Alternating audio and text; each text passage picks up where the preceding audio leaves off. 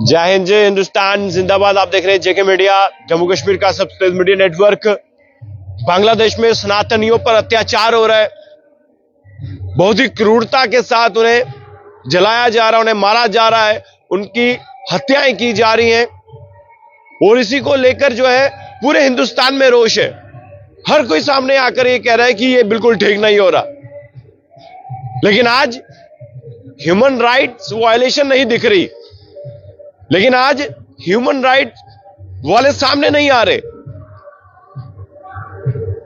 और आखिर क्यों वो खामोश हैं, इसका तो कोई जवाब नहीं आया सामने। लेकिन हां, जो सनातनी है, जो लीडर्स हैं, सोशल एक्टिविस्ट हैं, समाज के कार्यकर्ता हैं, वो सब सामने आ रहे हैं।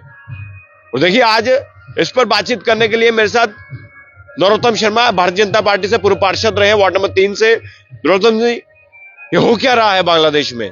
एक तरफ तो वो हिंदुओं को मार रहे हैं, दूसरी तरफ भारत में रोहिंग्या बांग्लादेशियों के आधार कार्ड, पैन कार्ड, उन्हें इलेक्ट्रिसिटी कनेक्शन दिए जा रहे हैं।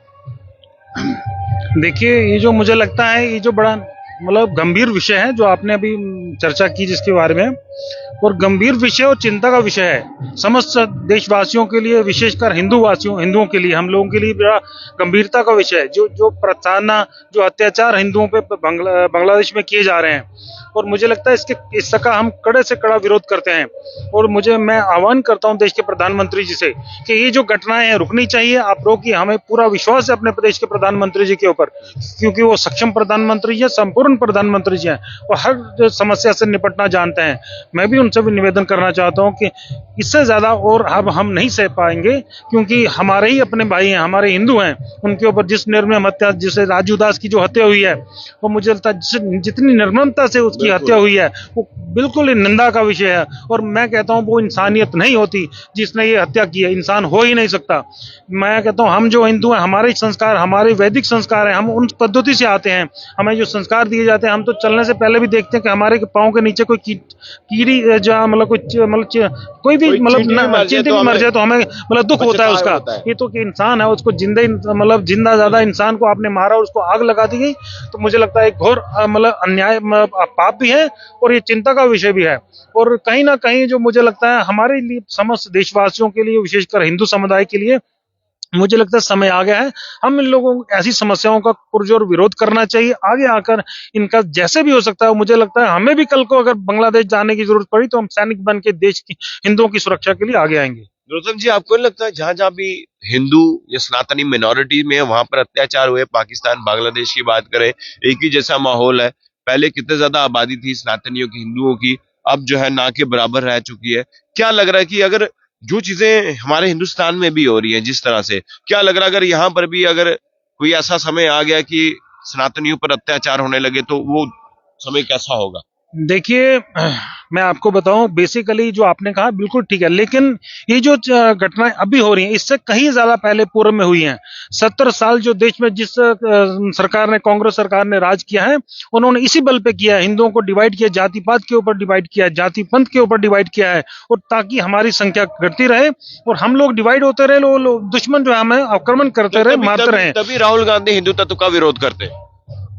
बिल्कुल निश्चित है, वो इसीलिए तो विरोध करते हैं, उनको तो ट्रेनिंग लेने जाते हैं। जब भी यहाँ पार्लियामेंट सेशन, कितनी मैं कहता हूँ कितनी उसमें सीरियसनेस देखो, अपोजिशन, लीडर ऑफ अपोजिशन में, यहाँ पार्लियामेंट सेशन चल रहा है और वो क्लास लेने के लिए बाहर जाते हैं, सीखने के लिए कि मुझे अब क्या बोलना है। तो मुझे लगता है उनको भी शर्म आनी चाहिए, कहीं ना कहीं उनके अंदर भी हिंदू का थोड़ा बहुत अंश तो रहा होगा, अगर है तो उनको इसका विरोध करना चाहिए, इन घटनाओं के रोकने के लिए आगे आना चाहिए। और दूसरी बात मैं बताऊं कि बेसिकली ये जो घटनाएं कांग्रेस के राज में बहुत ज्यादा हुई हैं, और अब जो है 2014 के बाद जो सरकार बनी है देश के प्रधानमंत्री जी के नेतृत्व में, हमारा भारत देश जो है बिल्कुल प्रगति और उन्नति की ओर है, अग्रसर है। और हमें पूरा विश्वास है देश के प्रधानमंत्री जी हमारे देश को जो है एक उच्चम दिशा के ऊपर ले जाएंगे, और इसका पश्चिम जो है पूरे विश्व भर में लहराएगा। और ये बांग्लादेशियों पर कार्रवाई होगी क्या? इस वक्त लग रहा है कि इनको बाहर निकालना जरूरी है। आप देखिए विमल जी, मैं आपको बताऊं, मैं भी जब पार्षद था तो हमने इसके लिए एक रेजोल्यूशन पास किया था। हमने सरकार से आवेदन किया था कि जितने भी बांग्लादेशी हैं प्रदेश भर, देश जम्मू कश्मीर में हैं, इनको डिपोर्ट करना चाहिए, क्योंकि कहीं ना कहीं कांग्रेस कहती थी ये हमारे मेहमान है, कहीं इन्होंने बोला था कि हमारे मेहमान है। मुझे बताइए, मेहमान जो है रास्ते से आता है, जब बालकोनी से आता है या खिड़की से आता है? ये कौन से मेहमान है जो खिड़कियों से आ रहे हैं? दरवाजे से नहीं आते, खिड़कियों से आते हैं। ये कौन सा रास्ता चुनते हैं? तो मुझे लगता है इन मेहमानों को जो खिड़कियों से आकर हमें रोकना चाहिए। और मैं कहता हूँ जल्दी आप देखेंगे इनके अगर ऊपर। ऐसा होता है, मान लीजिए अगर ऐसा होता है कि सरकार इनिशिएटिव लेती है कि रोहिंग्या बांग्लादेशियों को देश से बाहर निकाला, तो आपको लगता नहीं कि कांग्रेस फिर सड़कों पर उतर जाएगी? बिल्कुल सड़कों पे उतरेगी, क्योंकि बसाए भी तो उन्होंने। आप देखिए जम्मू कश्मीर में जितने भी रोहिंग्या बसाए थे, किसने बसाए थे? आप इसकी जो तय तक जाइए, कहीं ना कहीं इसमें भी कांग्रेस का हाथ है। और अब मैं बताऊं, पहले बांग्ला जो जम्मू में कश्मीर में थे उनकी संख्या पता नहीं था। अब सरकार के पास उसका डाटा बन गया है, उनके आधार कार्ड कंसर्न पुलिस स्टेशन के पास होते हैं और महीने में एक बार उनको हाजिरी लगानी पड़ती है। एसआई का विरोध भी कर रही है। मैंने कहा ना, देश के हित में जो भी कार्य होगा इसका विरोध करना इनका स्वभाव बन गया है। और मैं देखिए, आप जल्दी आपको जो है ये जो रोहिंग्यों के बारे विषय में केंद्र सरकार इसके ऊपर निर्णय लेने जा रही है और देश जम्मू कश्मीर से नहीं पूरे देश भर से इन रोहिंग्यों को डिपोर्ट किया जाएगा आने वाले समय में। सिचुएशन क्या है हमारे देश की, नरोत्तम जी आप समझिए, जहां जहां रोहिंग्या बांग्लादेशी हैं, यहाँ पर कुछ ऐसे लोग भी हैं जो देश के साथ गद्दारी करते हुए उनका आधार कार्ड बना रहे हैं, पैन कार्ड बना रहे हैं, electricity connection, water supply connection दे रहे हैं। और दूसरी तरफ अगर बांग्लादेश में अगर कोई हिंदू है तो उनको जलाया जा रहा है। ये देखिए ना कितना बड़ा भेदभाव है। देखिए, मैं कहता हूँ ये भी एक राष्ट्र विरोध की मतलब धारा में आता है कि आप जो है अवैध लोगों को यहाँ अपने आधार कार्ड बनाएं, या उनको बिजली के कनेक्शन या पानी के कनेक्शन दें।